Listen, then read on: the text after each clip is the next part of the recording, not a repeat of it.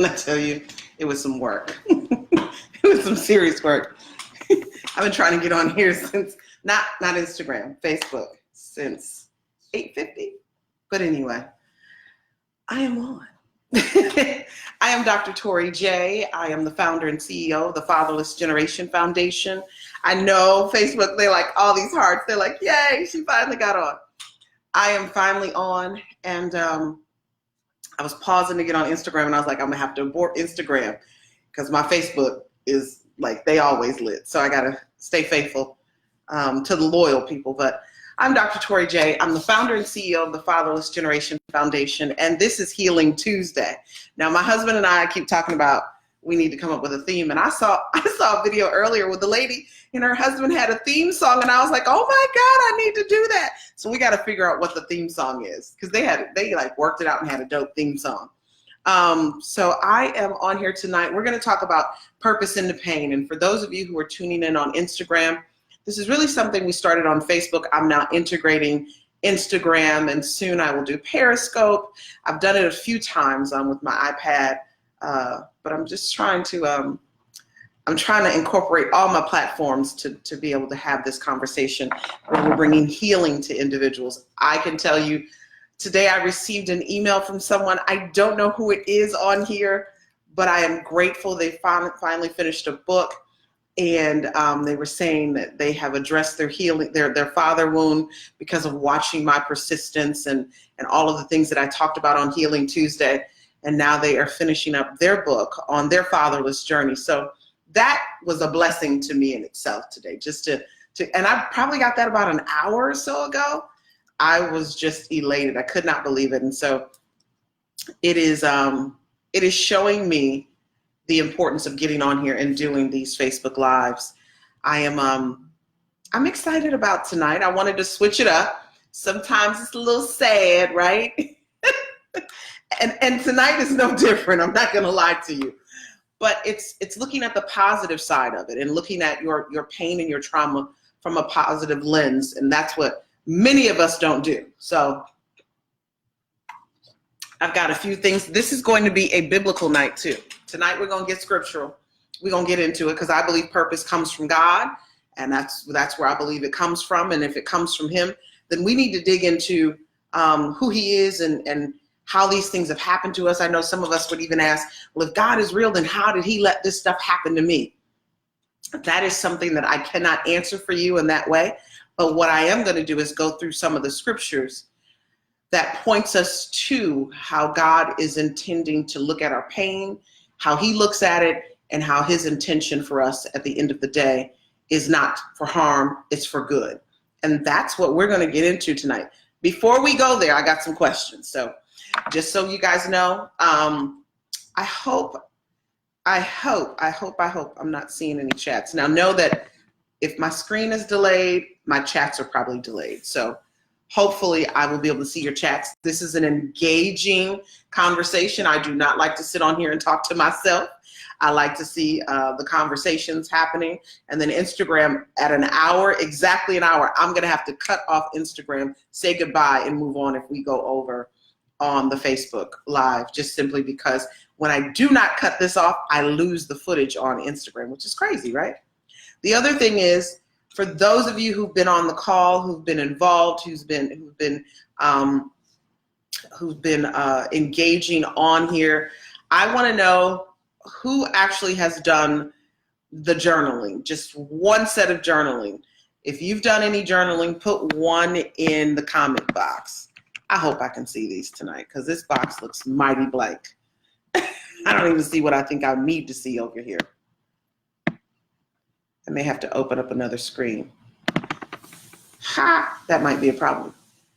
So those on Facebook Live, if you have done the journaling, just one of them, put a 1 in the box. I'm trying to see because I got something to give away. That's what I'm doing this for. Like this is about having something to give away. And I'm trying to open up this other thing. I thank everybody for joining in. We do give away stuff on Tuesday nights on Healing Tuesday. So if you've done the homework, you could be somebody who gets a special gift dropped in the mailbox so that they can continue their mission on healing their father wound. And let me talk to the people on Instagram really quickly. This is my personal Instagram page. The reason I'm doing it on my personal page is, number one, I have more people on this page, and I have more engagement on this page than the Fatherless Generation Foundation page on Instagram.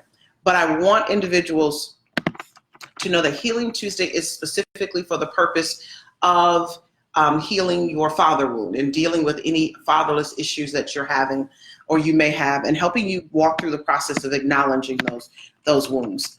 When you acknowledge the wounds, healing takes place, and that we're going to get into some of that tonight, but this is solely for that purpose. We talk about our fatherlessness, we talk about the pain we experience, we talk about the journeys that we're on, we talk about all these different things. Oh man, I got a lot of comment. No, blogging does not count, Linda. Okay, I'm seeing these now. Let me see. Yeah, I'm not even seeing them on my other screen. Isn't that funny? So, no, I wish it did, but no, it does not count. Linda said, does blogging count? I love it. Okay, so Becca and Nydia, I see. I do not want to. I want to be able to see the comments, but I don't want to get the feedback. I pray. I will be able to see everybody's comments on this particular page. Yeah, on my screen that I'm recording, can't see anything. So tonight, let's get into it. So those of you who have put a 1 in the box, so it looks like Becca and Nydia. I'm sorry, Linda. I know you've been doing some other stuff, but there's some things specific on the journaling that I wanted you guys to answer. So what I want you to do is, I think, Nydia, do I have your address? I want you to put your address in the box. I'm trying to see, because it looks like Juanita has commented on here. Vark has commented on here, but I can't see any of those. Hold on, you guys. Linda, I see yours now. She said, okay, I'll follow the rules. Yes, please follow the rules. Let me see if I can open this. Because I'm only seeing certain comments, guys. So let me go ahead and get into this. Hey, Morality Movement, how are you? I see United Parents for Children waving at everybody on Instagram. Instagram makes you wave. Hey, Kenneth. I will inbox you. I haven't given you my address. Okay. I was like, I don't know if okay. Juanita did too. Oh, Juanita, you did the journaling. Okay. I'm seeing that she commented, but I can't actually see the comment from. He wants that free gift on my new boat. I don't have the boat yet, but we gonna allow Charles to believe with me that I'm gonna get this new boat.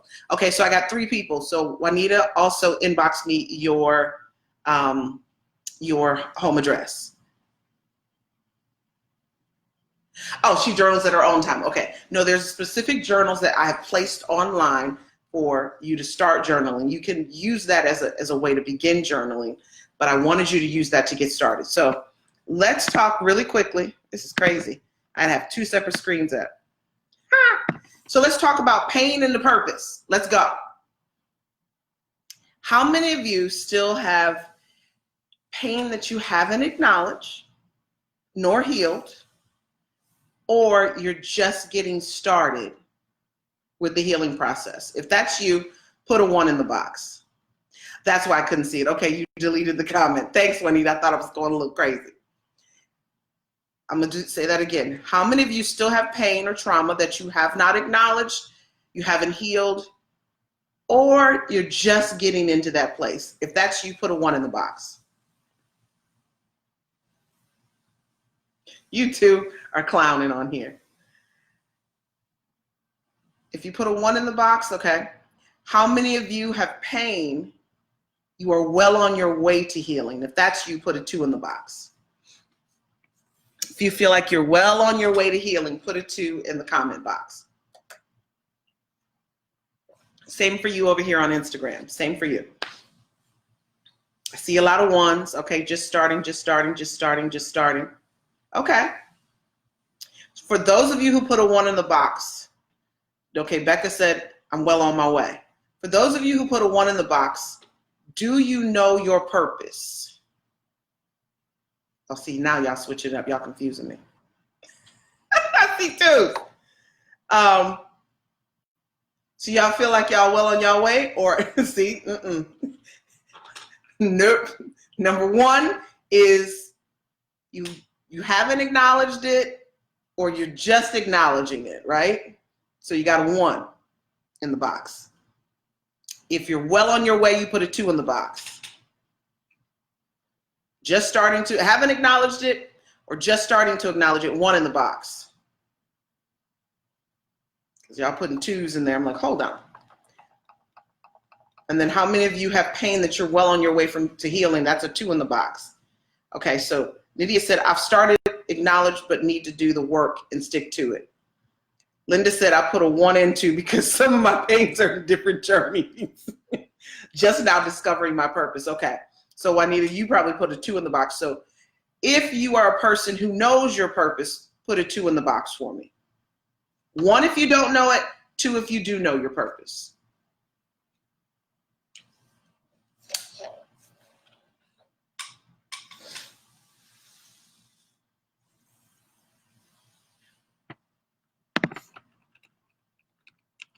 Or if you don't know, I don't know what the 3 could be.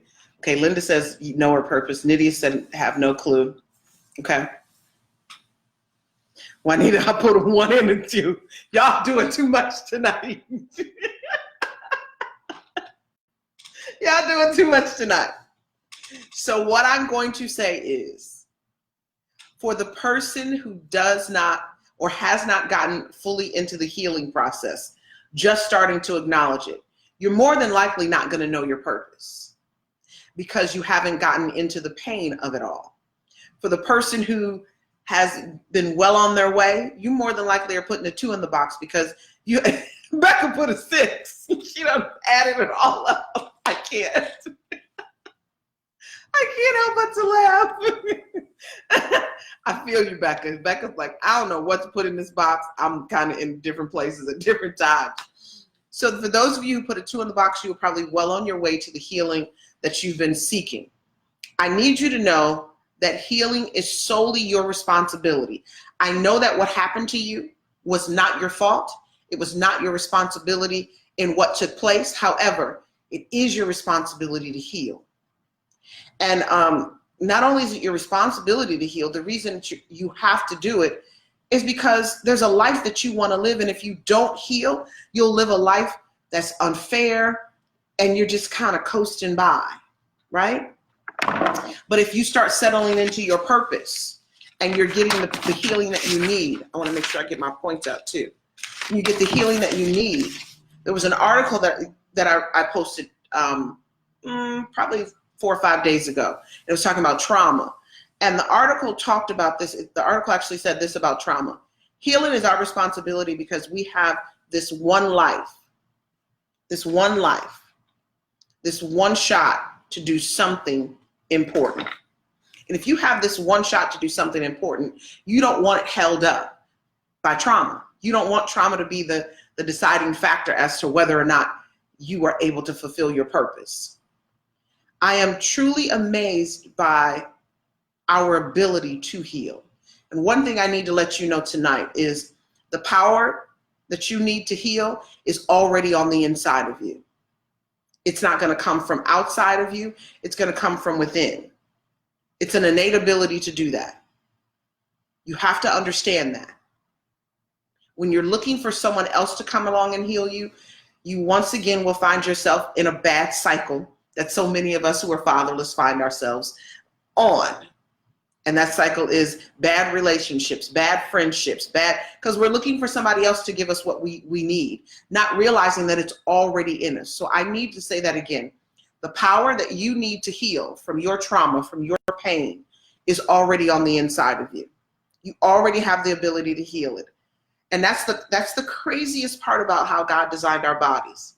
Our bodies are automatically designed to heal itself. But there's some things you got to do first in order for that to happen. Let me see what we're saying here.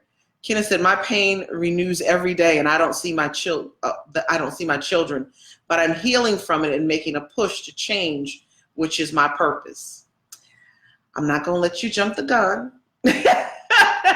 But yes, I'm trying to get the author to do an interview with me.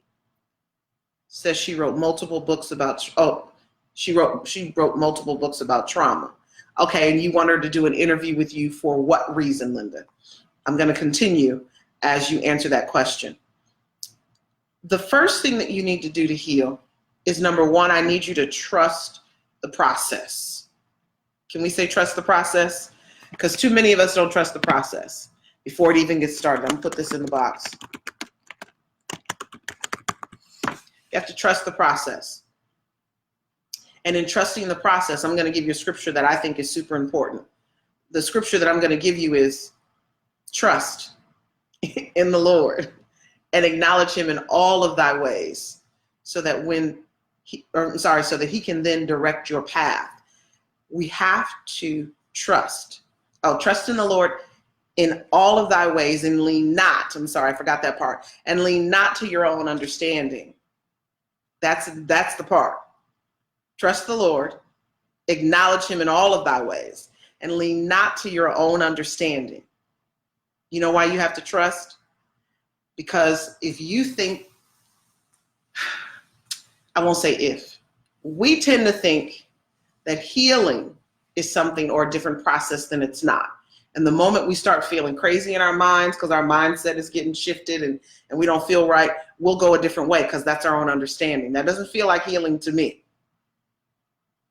I'm going to talk about something that I think we can all relate to when it comes to the healing process and then acknowledging. So we're trusting the process, then we're acknowledging.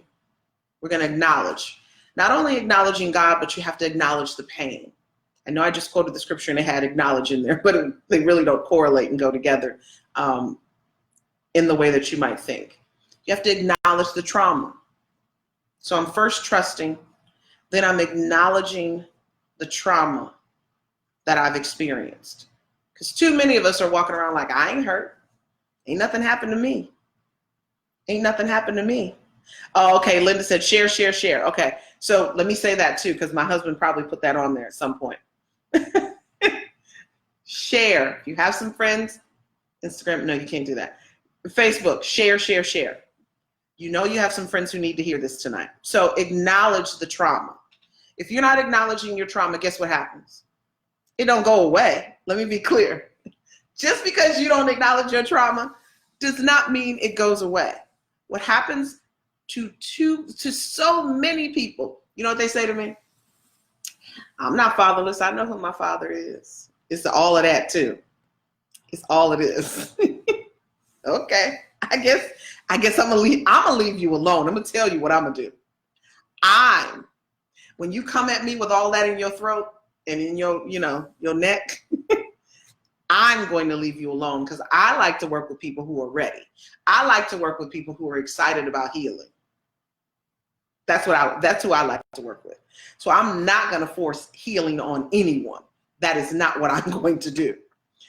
Just because you know who your father is doesn't mean you had a daddy, right? Just because you know who your father is does not mean you had a relationship with him and he gave you the things that you need. You're actually walking around with your slip hanging and then you become an open target. Because the moment people realize, can we go here, ladies? I'm going to go here with the ladies first and then I'm going to go there with the men. The moment a man knows you're fatherless, he knows you're unprotected. And you're going to attract all types of undesirables is the word I'm going to use. You're going to attract men that you would never even have a relationship with. You would have never thought twice about it. But because your slip is hanging and you haven't gone through the process of healing, you attract a ton of broken men. That's why we can see articles online where they're all talking about, oh girl, don't accept no broken man. Oh girl, you don't need all of that. Don't lower your standards. Baby girl, we attract who we are. And if he's that broken, then that means that you're that broken. And for the men out there who grew up fatherless and you out here doing what you're doing, no intimacy, sowing your wild oats, enjoying yourself, you're going to find yourselves on the wrong end of the stick. You're going to find yourself with a woman who may alienate you from your children because you didn't know who she was, how she parented, what she thought about fathers. You knew she didn't have one. You didn't realize that she didn't think you were unnecessary. And so then you're in a cycle yourself. This is how we continue to create cycles. Because we're, as the song says, we're all looking for love in all the wrong places. And you're not finding love. It's completely and total lust. And now you have children with people that you would have never, if you would acknowledge that and be honest with yourself, you would have never had kids with some of these people you have children with. They wouldn't even look. In this day and age, even for those of you who've acknowledged your trauma just a little bit, you look back and you're like, oh man, I was desperate. I was insecure. I was in my feelings. I had just had trauma happen to me, and this was the person who supported me, and I didn't look at all the signs, and I wasn't able to discern. All of that stuff pops up. So you got to acknowledge it, because if you're not acknowledging it, you're going to be attracting people that you weren't even intended to attract. I want to talk about something right now, because when you acknowledge trauma, it reminded me earlier of something that happened to us all. Remember, you were the little kid, you might have been playing, with your neighbors, but most of us have ridden a bike or two. And when we were riding our bike, we did what? We fell. And we fell and hit our hands. Remember that? Oof. That was the worst, when you hit your hands and you had the rocks in it and it just didn't quite bleed, but it bled just enough to sting. And then you scraped your knees and you go in the house. And what's the first thing you do? You show it to your mom, and she says what? Oh, you have a boo-boo. She's acknowledging the trauma. And the moment she acknowledges you, like, because there's something about acknowledgement that brings comfort. There's something about acknowledgement that causes you to feel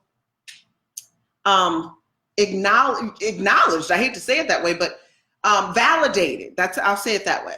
There's something about acknowledgement that makes you feel validated. And so when you are able to acknowledge your trauma, just like you did when you were a kid and you showed your mama your hands and she said you got a boo-boo and you were like, there's something about that when you step out and say, you know what, I am fatherless. And my fatherlessness has caused me pain and it's caused me trauma. You're going to get people in a room like we have, and they're going to be like, yeah. And they're going to be like, you got a boo-boo and I got a boo-boo, and we all trying to help each other's boo-boos. It validates your feelings completely. It validates your journey, your experiences. It validates who you are. Being fatherless doesn't have to be negative all the time. And I'm telling you, I'm wearing mine as a badge of honor, as you can see. I don't let anybody make me feel bad about being fatherless. That's like shaming somebody for having cancer or diabetes, as far as I'm concerned. How are you going to shame me for having trauma in my life?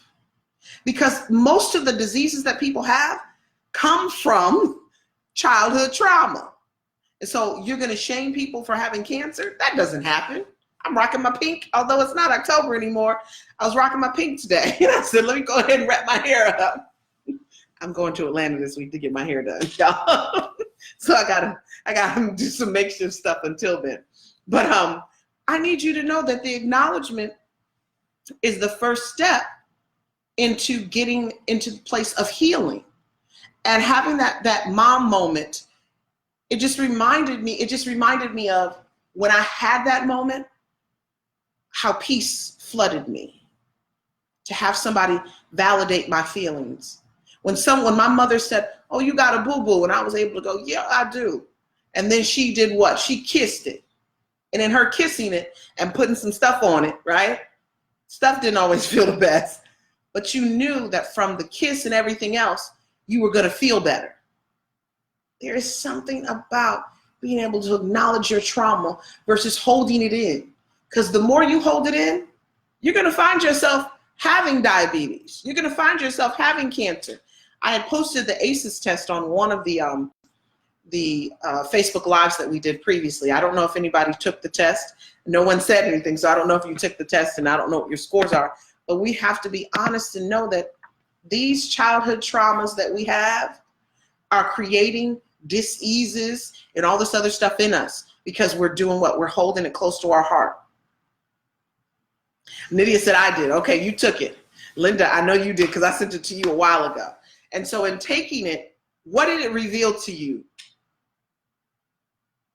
Okay, Becca, I will put it in this again so you can take it. It's very simple. I think it's 10 questions, and it tells you what you're susceptible to. It doesn't give specific like diabetes or cancer, but it will tell you if you are susceptible to some of the health challenges like hypertension, diabetes, cancer, heart disease. It breaks that down for you.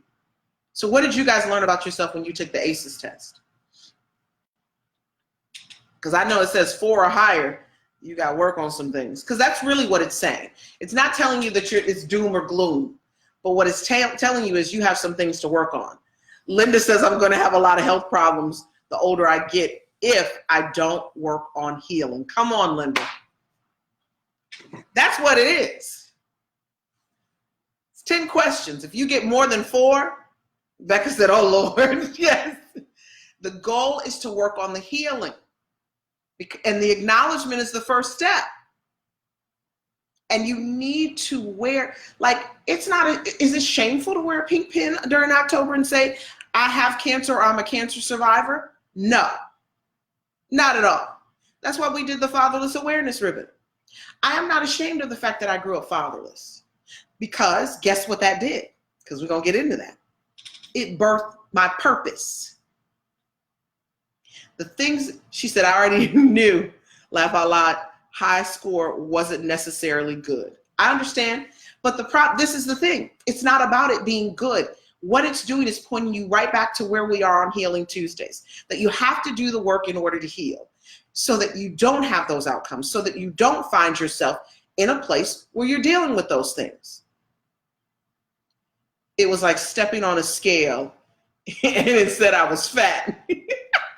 The awareness of my issue. Yes. Acknowledgement is awareness. Acknowledgement is saying, you know what, this is what I have going on, and allowing someone to kiss it. Right? If I have trauma and I can acknowledge it to someone, not just myself, but to someone else, then you allow someone to kiss it. But best of all, acknowledging your wound allows God to kiss it. It allows God to pour some good stuff all over it, which is his love, his mercy, his grace, his compassion. So I want to talk to you about a couple of scriptures. I'm going to go to Jeremiah. Nope, I'm not going to go to Jeremiah yet. I'm going to go to Genesis 50 and 22, I think it is. 50 and 20. Genesis chapter 50, verse 20. I'm going to go there first, because I want to read this to you.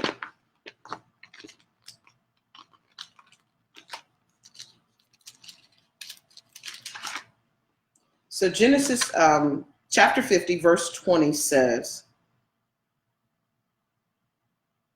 "But as for you, you meant evil against me, but God meant it for good, in order to bring it about as it is this day, to save many people alive." Can I tell you something? That's the story of Joseph, who's one of my favorite characters. I probably identify with him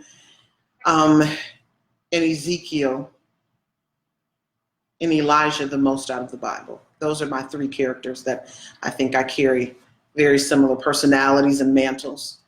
And Joseph is walking through a situation where he has a horrible family.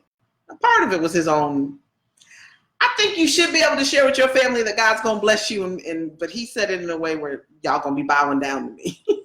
That didn't go so well.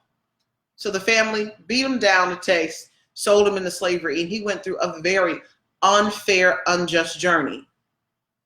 But when it all came down to it, if he hadn't gone on that unfair and unjust journey, there was famine in the land.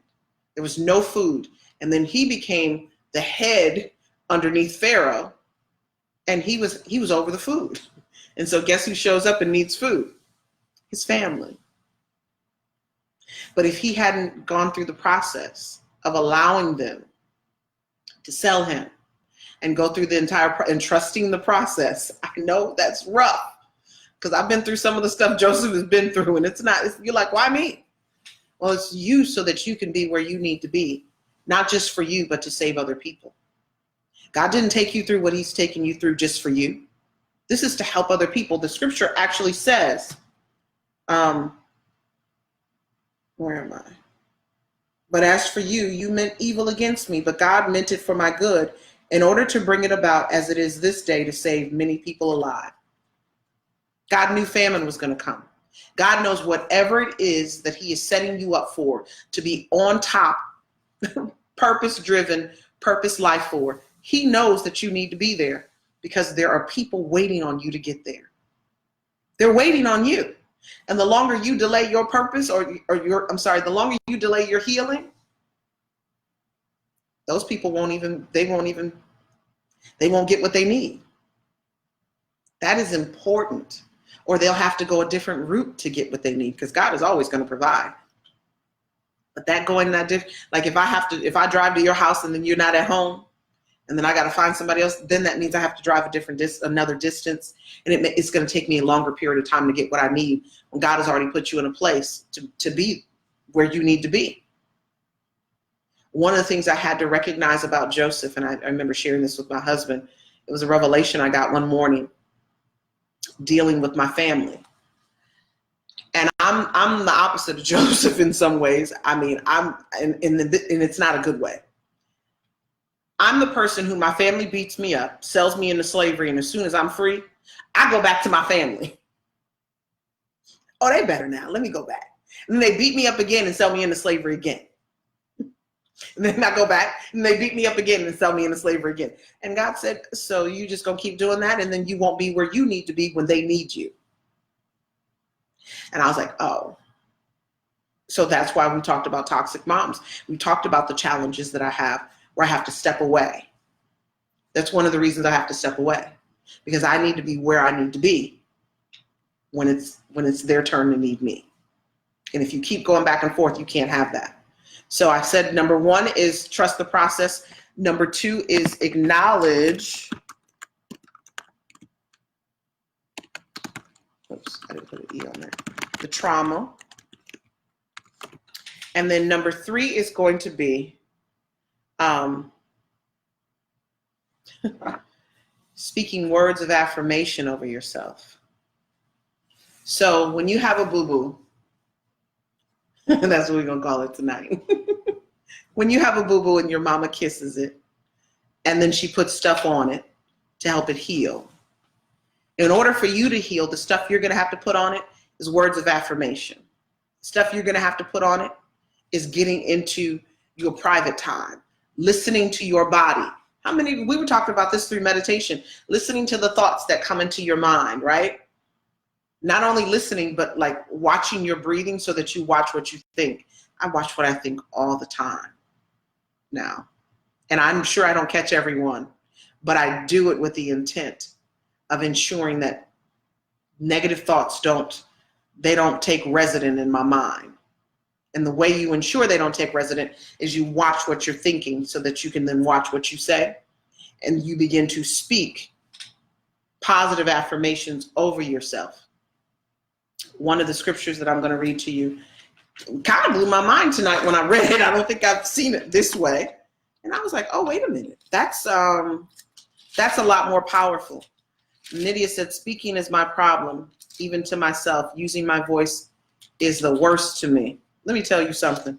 It took me a long time to watch my Facebook Lives back because I hated the sound of my own voice. So I know what you're talking about, Nydia. I hated the sound of my own voice. And I used to be on a radio show and have my own radio show at one point, and I couldn't listen back to those because I hated the sound of my own voice.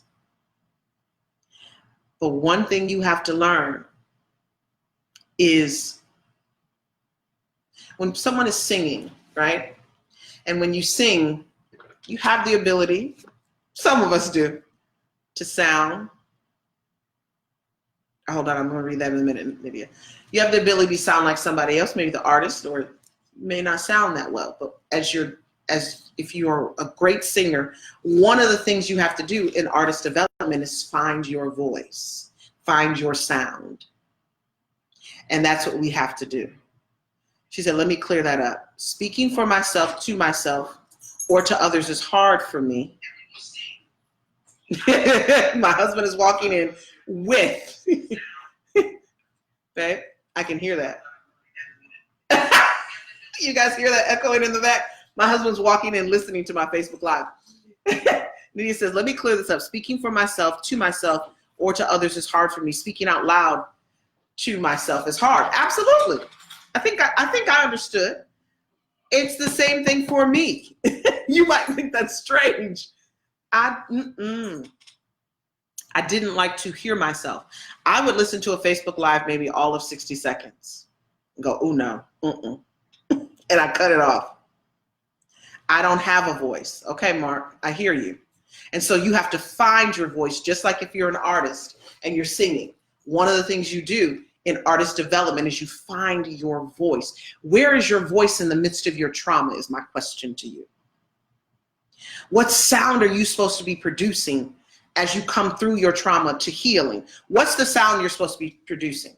See, I know my sound. My sound is I'm healing, I'm deliverance, I'm restoration, I'm reunification.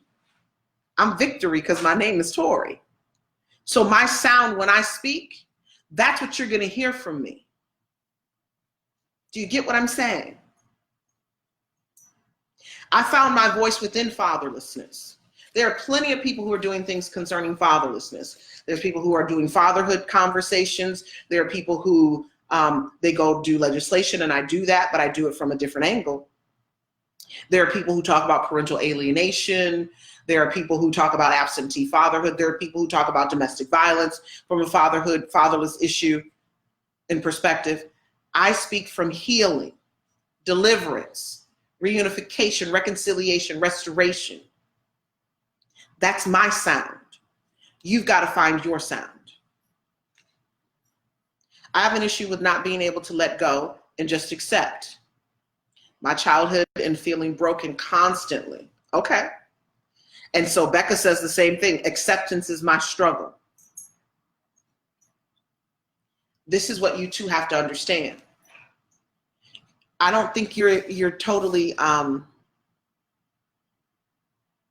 know that you're not where you need to be healing wise, because acceptance comes as you begin to cultivate and walk in your healing. And it's not outward acceptance that you're looking for. You're looking for the acceptance within yourself, which goes with the acknowledgement. When I think about acceptance and how I have come to accept myself and accept my sound and accept my voice, and I want to say this right, and I want to think this through for you. It came with the confidence of knowing my purpose, and there was no questions about that. It came with the confidence. I hear you, Linda. You said I have issues of not being able to let go and just accept. That goes into what we talked about as well, the forgiveness. You've got to let go. My childhood and feeling broken constantly. Why do you feel so broken? What's the feeling behind the brokenness? Tell me that. I want to write a book of my life of how my daughter's mom stole my daughter away from me. Mark, then write it.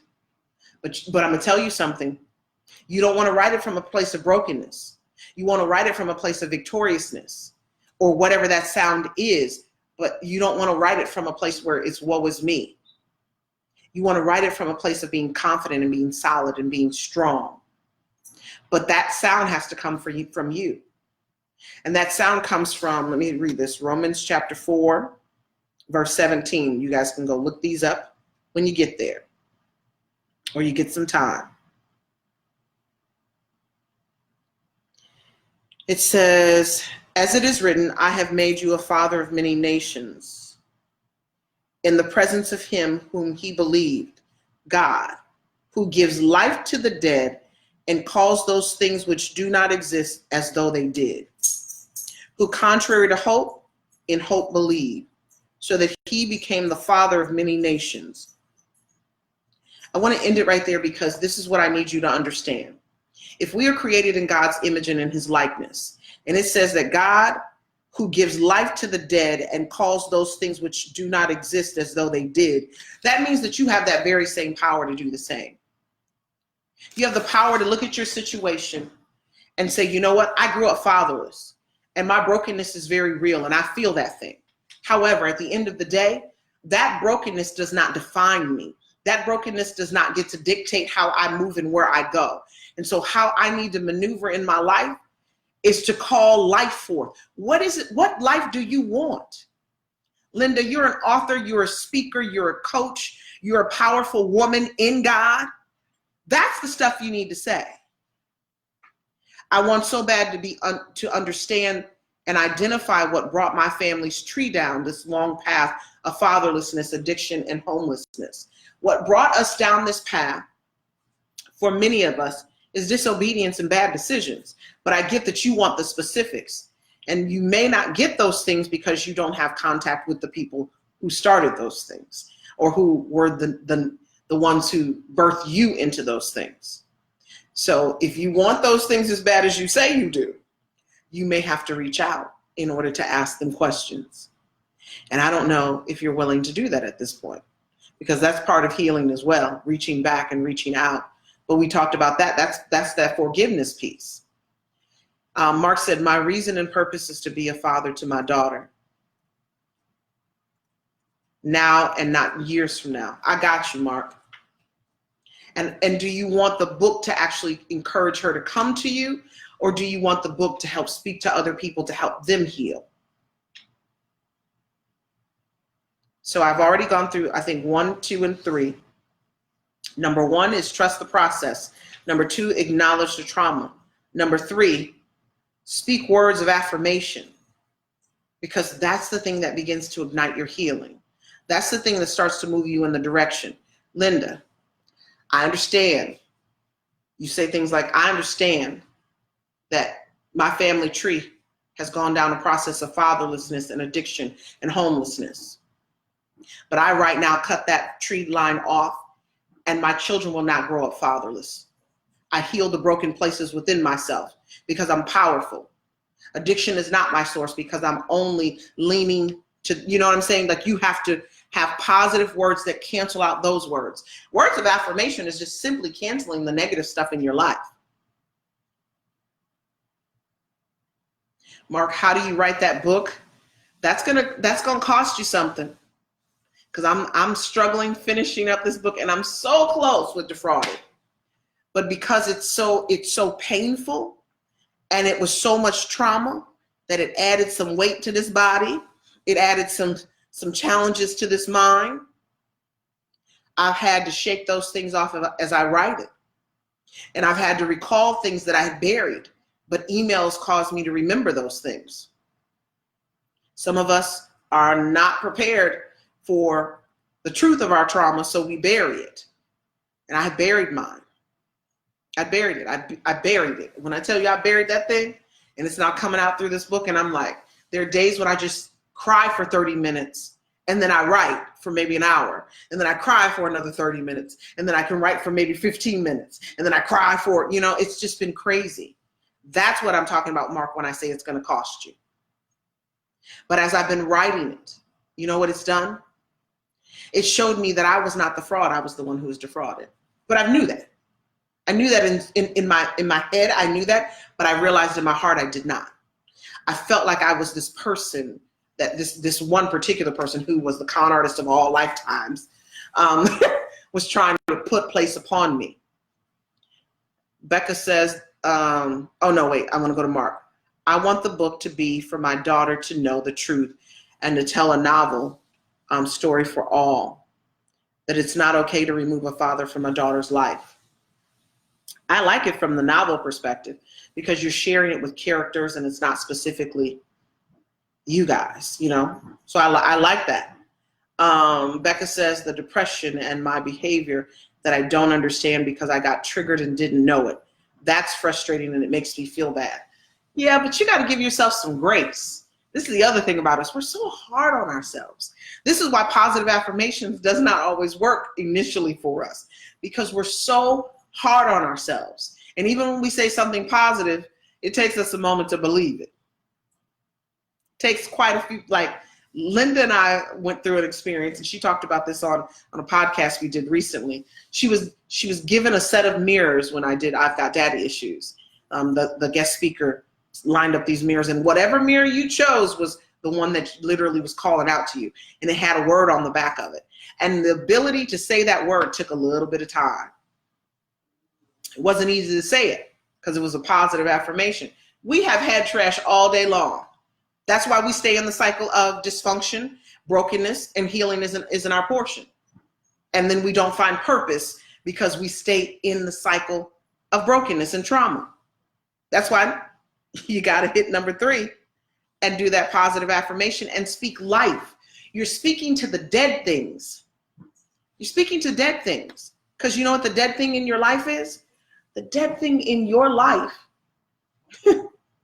is the molestation.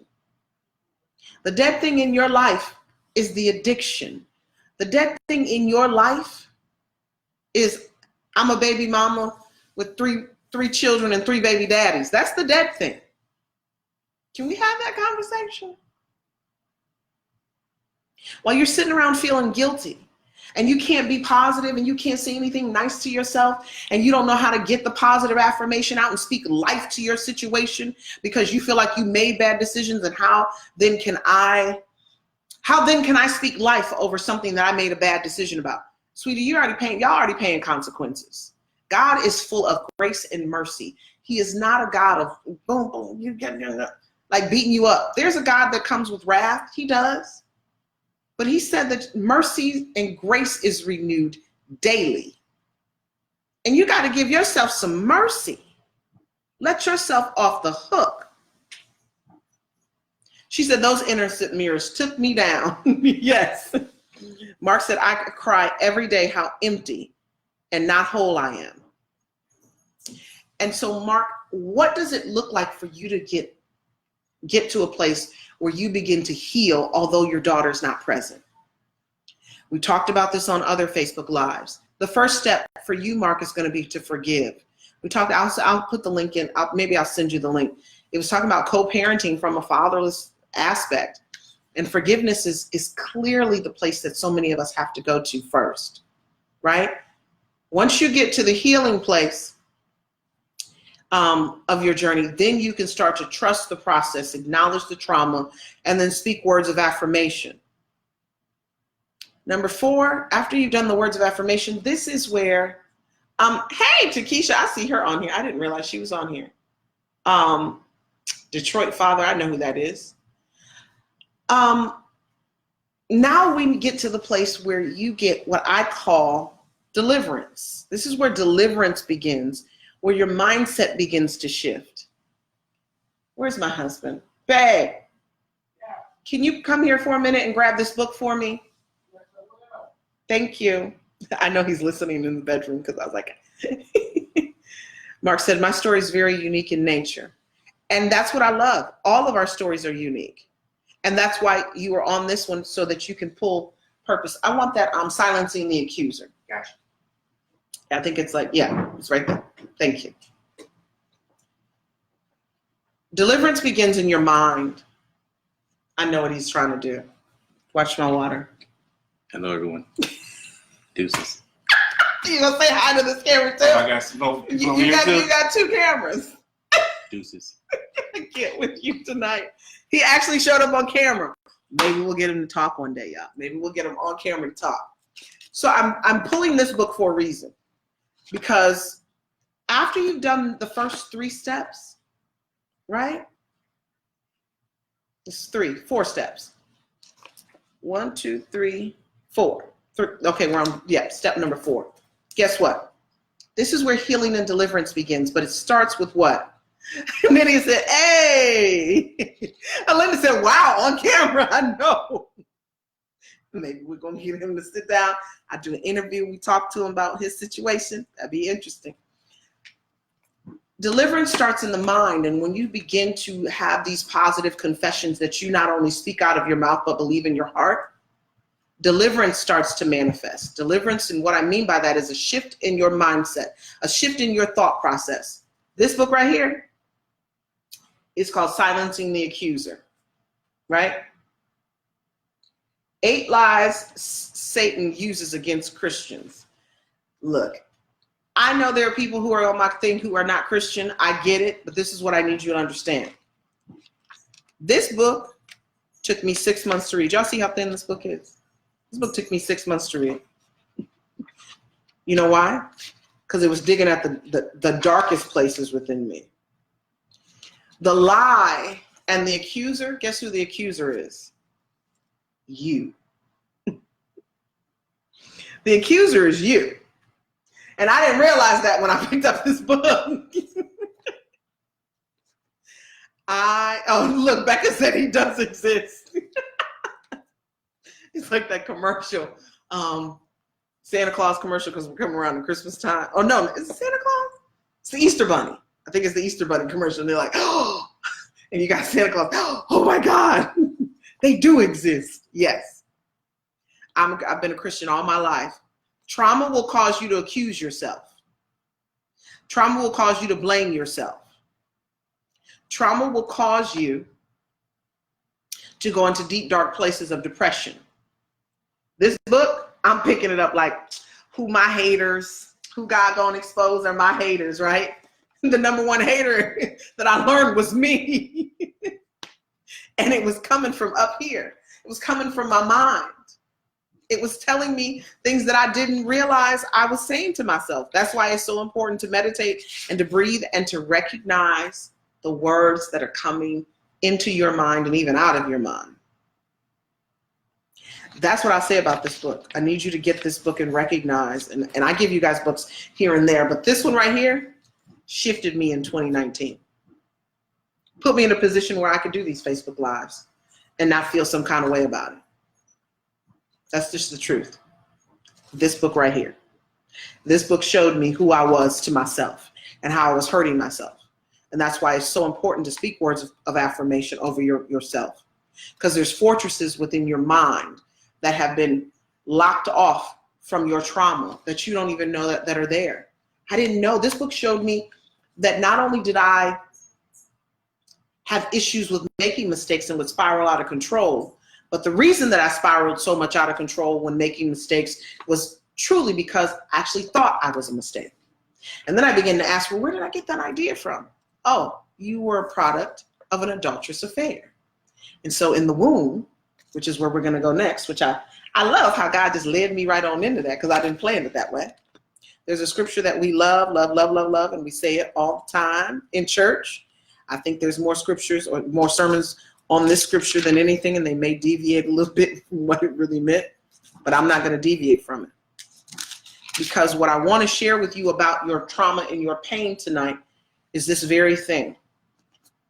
It's Jeremiah 29:11. It says, for I know the thoughts that I think towards you, says the Lord. Thoughts of peace and not of evil, to give you a future and a hope. God never intended for you to go through these things the way that you have. But simply because you have doesn't mean that he is not prepared to do what is necessary to heal you, to get you to the next place. Because he's thought about you from your mother's womb, and that's where it all begins. That's where it all begins. I realized that my thought of being a mistake put me in a position where I spiraled out of control, came from the fact that I was a product of an adulterous affair. And when you're a product of an adulterous affair, you think that your mother didn't think one time, oh my God, this is a mistake. What am I going to do? You crazy. And the enemy used that and planted that thing in my heart from my mother's womb. But God says, I've known you from your mother's womb. I've known you. In my mission, I know that evil has happened to you, but that was not, he was like, that was not my plan for you. That was not my hope for you. For I know the thoughts that I think towards you, says the Lord. Thoughts of peace and not of evil, to give you a future and a hope. He knows from the beginning of time, from the beginning of your time. You have to take the trauma that's happened in your life and find the purpose for your life in it. You have to take the trauma in your life and find the purpose for your life in it. Because so many of us are looking for our purpose. Oh, I want purpose, I want purpose, I want purpose. The only reason you haven't found it is because you haven't acknowledged, you haven't trusted the process, you haven't acknowledged, and you haven't added even any positive affirmation over the pain and the trauma. Purpose can only be found in that. Some of the things we're going through, parental alienation, fatherlessness. I've gone through molestation. I've gone through rapes. I've gone through different things that people look at me and go, that's not possible. She doesn't look that way. And my husband can tell you, I don't act that way either. I don't act like that. The reason I don't act like that is because there's healing that's taken place for me. But there was purpose in it. There was purpose birthed out of it. Let me say it that way. The only way you get the purpose is by acknowledging the pain. And you can't run from the pain and then still, I don't know my purpose. I would like to know my purpose. I don't know why I can't find my purpose. You can't find your purpose because you won't acknowledge your pain. Becca says, I hit this block when I hear things like, tell yourself positive things. It makes me think too hard. It makes me think it's too simple. It can't work. My trauma was severe. How could something so simple actually help me? Linda, you better tell her. It didn't help at first. Like, we had to force Linda to do it. The mirrors were there, and I don't remember what her word was, but I'm telling you right now, she couldn't say it at first. She was like, really, you want me to say this? No, I don't want to say this. And we looked at her and said, nope, you got to say it. And no, not only did she have to say it looking in the mirror. That was the whole mission. And she said it at first, like, I'm fearfully and wonderfully made, whatever it was. And it was like, And it was like, nope, say it like you mean it. Say it from your heart. And she had to say it a few times. But the moment she started to say it, Becca, and it was hitting her heart, she just started to cry. Because at that moment, you realized you really didn't believe it. It really wasn't your thought process. It really wasn't something that you, like you could really accept because you hadn't accepted anything positive for so long. I know where you're coming from. I felt the same way. People say, oh, I put positive affirmations on my mirror. I'm like, oh, that is just ridiculous. Why?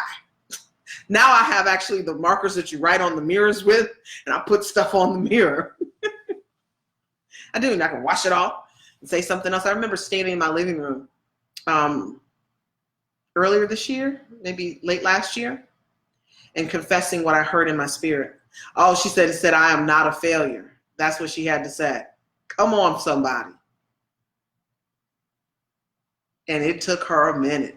But by the time she got it out and it flowed through her heart, she began to cry. Very much so like I had a situation, I think it was late last year, staying in my living room praying, and I hear God say this, say that. And then he gets to say, I'm a success. And the moment I said it, I did the same thing Linda did. I boo-hooed.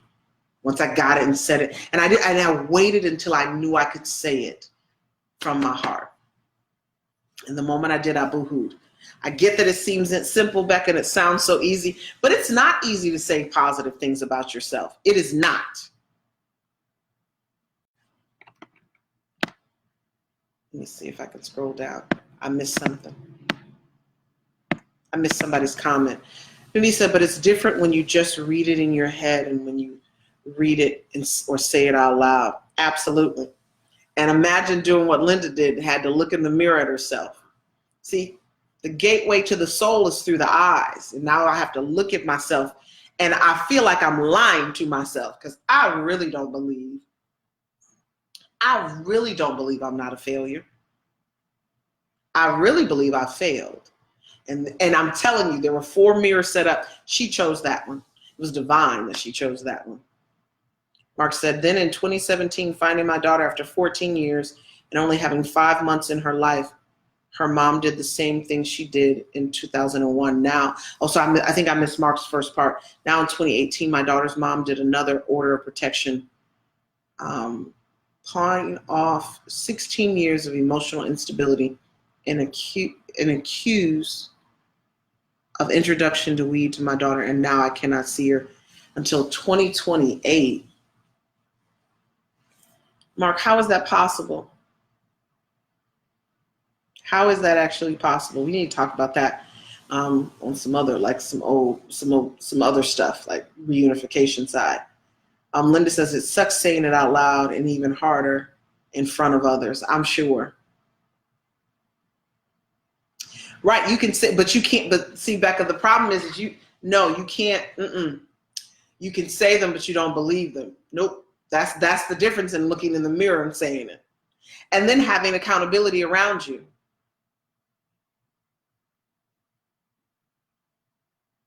My Instagram stopped. I'm glad I looked over.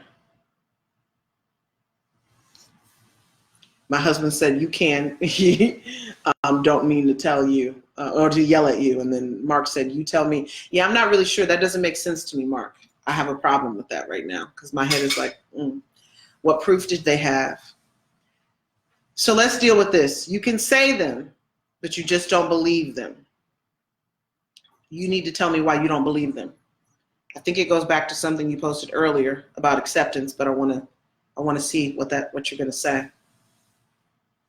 Because if that's the stalling factor for some of you, if that's what works for you, I didn't need to look in the mirror. I was standing in my living room and I waited until I could say it, but I knew I needed to say it. And I needed to say it from a place of truth and honesty and believing it. So if the place of stalling is this whole thing about positive confession, then we need to kind of sit right here. We need to sit right here just for a moment.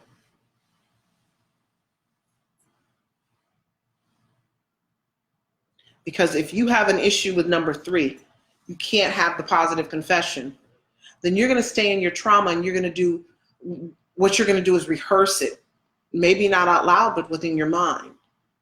And then because you're rehearsing it within your mind, you simply don't believe that anything good can happen to you or anything positive. And Becca, your husband has been on here and you said he's amazing and he's helped you through things and all these different things that you've discussed with us. So if positive affirmation, if the rest of you have an issue with the positive affirmation part, calling those things that are dead into life, that be not as though they are, right? Or were. Put a 1 in the box if you're having an issue with that part of your journey.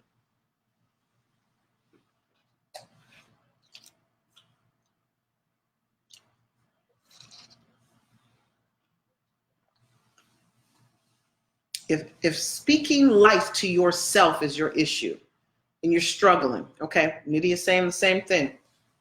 So now we know where we're stuck. I like this. We're stuck on. So once we get off of 1, acknowledging or trusting, and going to 2 and acknowledging our trauma, number 3 is the next place that many of us get stuck. Okay. So number 1, that positive part. I'm waiting for a couple of others. Who else has a problem with this? If no one else does, let me know. If you don't have a problem, put a 2 in the box. If you can speak life over yourself and you're good with that, you can put a 2 in the box.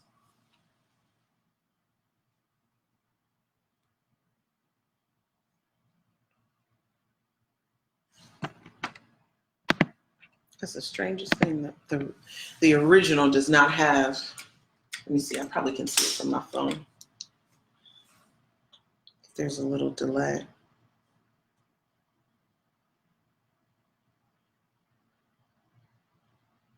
You don't have a problem, babe, speaking life over yourself? That's good to know.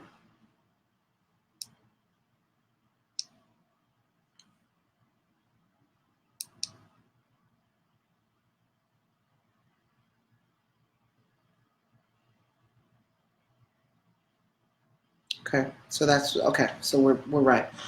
So this is what we need to do. I think I'm going to have to do an exercise that I'll post tomorrow, where it will help you deal with the positive affirmation part.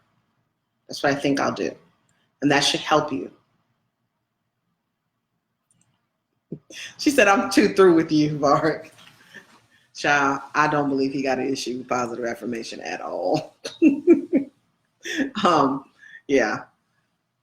And I say that loosely by saying, my husband isn't arrogant, but he's confident.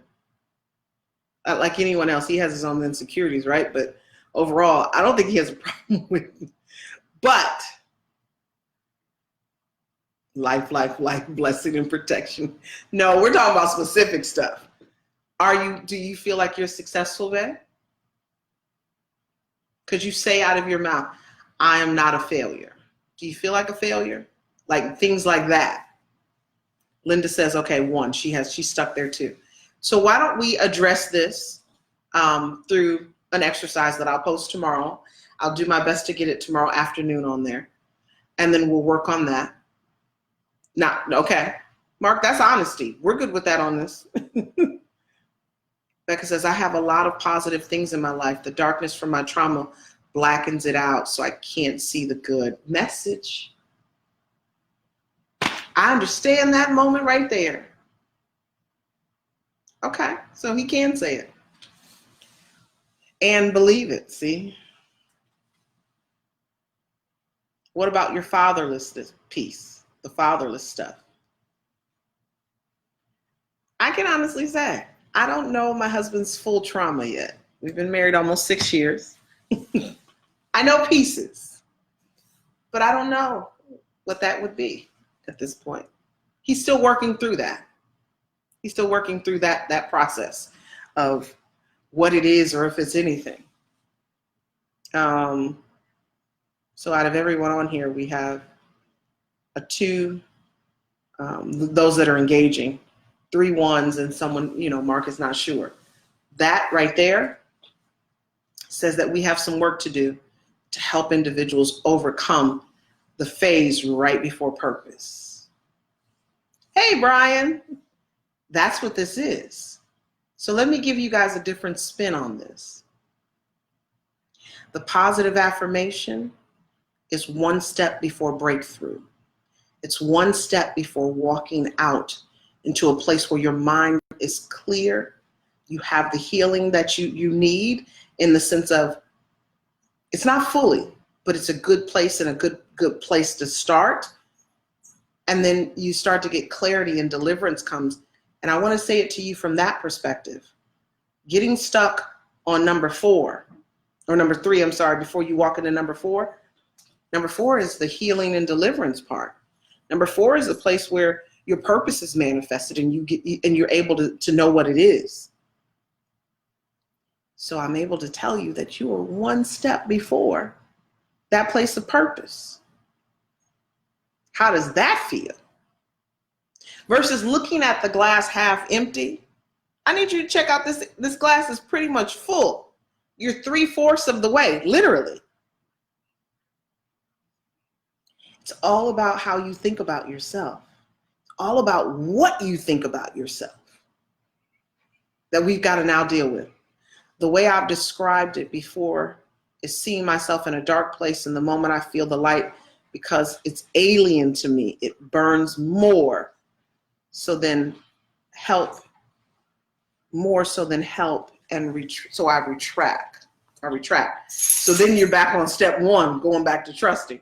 And then you got this cycle that continues over and over and over and over and over again, where you don't get to the place of healing. Impossible. I felt empty my whole life. It is possible. It is possible. I promise you. I know people can sit on here and think, oh, there's no way she felt this way and she had this happen to her and all that. There are lots of moments where I have felt completely and utterly empty. There are situations in my life that I wish they were not what they are. But the reason that I feel like they are that way is because I can't even give you the answer why I think they feel that way. I don't even know. My husband can tell you that over the last week, I've had some major roller coaster rides concerning my family. Watching from afar, my brother go through a very, very public court case. National. I saw some international news on it. But I had to watch from afar. when that was someone who was my best friend. And then I sent a text saying, how did I have to lose my whole family over finding my father? That was a moment where I felt very empty. Come on, Becca. You know it's possible. It just feels impossible. But see, I love the fact that you capitalize feels. And then when Nydia says, where's her feel moment? I saw it. The way I've described it before is seeing myself in a dark place. And the moment I feel the light, because it's alien to me, it burns more. More so than help. And I retract. There's a feeling that hits that triggers you and makes you go back to step one. Both of you. It's a feeling. So now you got to deal with your feelings in order to get over number 3 and get to the breakthrough, to get to the purpose. Because the moment you start seeing the positive in yourself, you can see the positive in the pain. There's a purpose in the pain. And I'm not telling you being molested is a positive thing, but there's a purpose in it. And the moment you can get to the feeling better about yourself, positive affirmations about yourself, then you can find yourself in a place where you can look at the pain with a whole different lens from a place of purpose. But this talk I knew wasn't going to be easy. But I needed to shed some positive light on you, because we can sit on here and talk about all of our trauma and all of our pain, but guess what? Our pain does not define us. It doesn't. It doesn't define who I am. It's a part of who I am, but it doesn't define who I am. Brian says we all have setbacks. Absolutely. It's what we do with those setbacks that makes us who we are. We can either push forward and grow from it, or we can be the slumps and not move nowhere. See, you can find yourself going from 1 to 2 to 3 and then going back to 1 all over again when you don't have to. When you don't have to. God doesn't count you out. So you can stay on 3 and stay on 3 as long as you need to stay on 3. Once you can see the light within you, you realize all the pain was for a reason. For those of you who are struggling, I'm telling you, this is your book. This is your book. You're struggling with the positive affirmations? This is your book.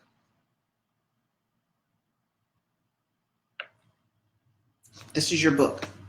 Because this book is going to show you where you got those things from and how to break those things. And the crazy part is this. They got some work to do. Look. Yo, hold on. Can you see that? There it is. They make you write in there, answer questions, dig deep within your mind. Where'd that accuser come from? Which one are you? Which one of Job's friends are you when it comes to yourself? That's important. Nydia says, okay. Oh, no, I'm sorry. I saw it there. So I'm going to suggest that book, and I'm going to type some things out from the book. That'll be part of the exercise this week. I'll put it in the, I'll do another Google Doc. Hopefully you guys have been able to utilize those. And we'll walk through this week. We're going to walk through this week so that you can get over, as Brian called it, I love that he called them setbacks, because that's exactly what they are. You can walk through these setbacks and move forward in life. Move to the place of purpose. Because as long as you stay in your pain, you're going to have a life where you don't feel whole. You're going to have a life where you don't feel fulfilled. You're going to have a life where you feel darkness is constantly engulfing you and taking over your life in ways that seem impossible. But the moment you get this message of the accuser in your own mind, out of your mind, and head trash out of your mind, the sooner you'll be to that place where you can acknowledge and say, you know what? I am not a failure. You know what? I am not who people say that I am. You know what? I am this, and you just have positive things that you can say about yourself constantly. Okay? I want to tell you guys, purpose was for you before all of this stuff even happened to you. God already created purpose for you. It was already meant for you. And I mean that from the bottom of my heart. I was 8 years old when I heard God speak to me and tell me I would deliver babies. And that's what made me go to school for chemistry, because I thought I was going to be an OBGYN. And I think I told you guys that before. And in thinking that I was going to be an OBGYN, later on in life, I realized that was so finite of a thought, because he said you would deliver babies. You guys are the babies. You get to be delivered into your wholeness, into your completeness, into your purpose. The other babies I get to deliver are the kids in my peer groups. The other babies I get to deliver is like Mark's situation. I get to deliver children back to their fathers. That's my voice. That's my sound. But if I hadn't sat in my pain and dealt with it, not from a place of just, oh, I'm hurt, oh, I have a feeling. No, get into the pain. Where does it come from? Why do I feel this way? When you're acknowledging it, you're showing your hands to yourself, to people, acknowledging the pain. Oh, that's a boo-boo, that hurts. But as long as you're just sitting in darkness and you're not acknowledging it, you're going to continue to live in a way that's not, it's not the life that you want. I want to get off of here because it's getting kind of late, and I know some of you can stay on here for a while, but it's getting kind of late, and the Tuesdays are my longest days. I've been up since, what, 4:30? I think I took a nap with you, for an hour. But yeah, other than that, I have not had, my husband's shocked. Y'all, my nap time is really between 3 and 4 every day. I didn't get one today. So don't call, no appointments. No one calls after the call. So you guys just know, those of you who have been journaling, you said you've been journaling, send me your home address and I will send you the gift that I have for you. And everyone else, I'm Dr. Tori J. we're going to work on this, because now that I know where you are, we're going to birth some purposes out of this. That's what we're going to do. So I pray that this helped. I pray that this gave you some insight. It gave me some insight about where those of you who are on this this Facebook Live are. But I know where you're going.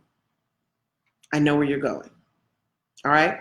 So I will talk to you guys later. I'm Dr. Tori J, and I will sign off and say I love you. I wish the best for you, and I know God has purpose in your pain. All right? I'll talk to you later. Bye-bye.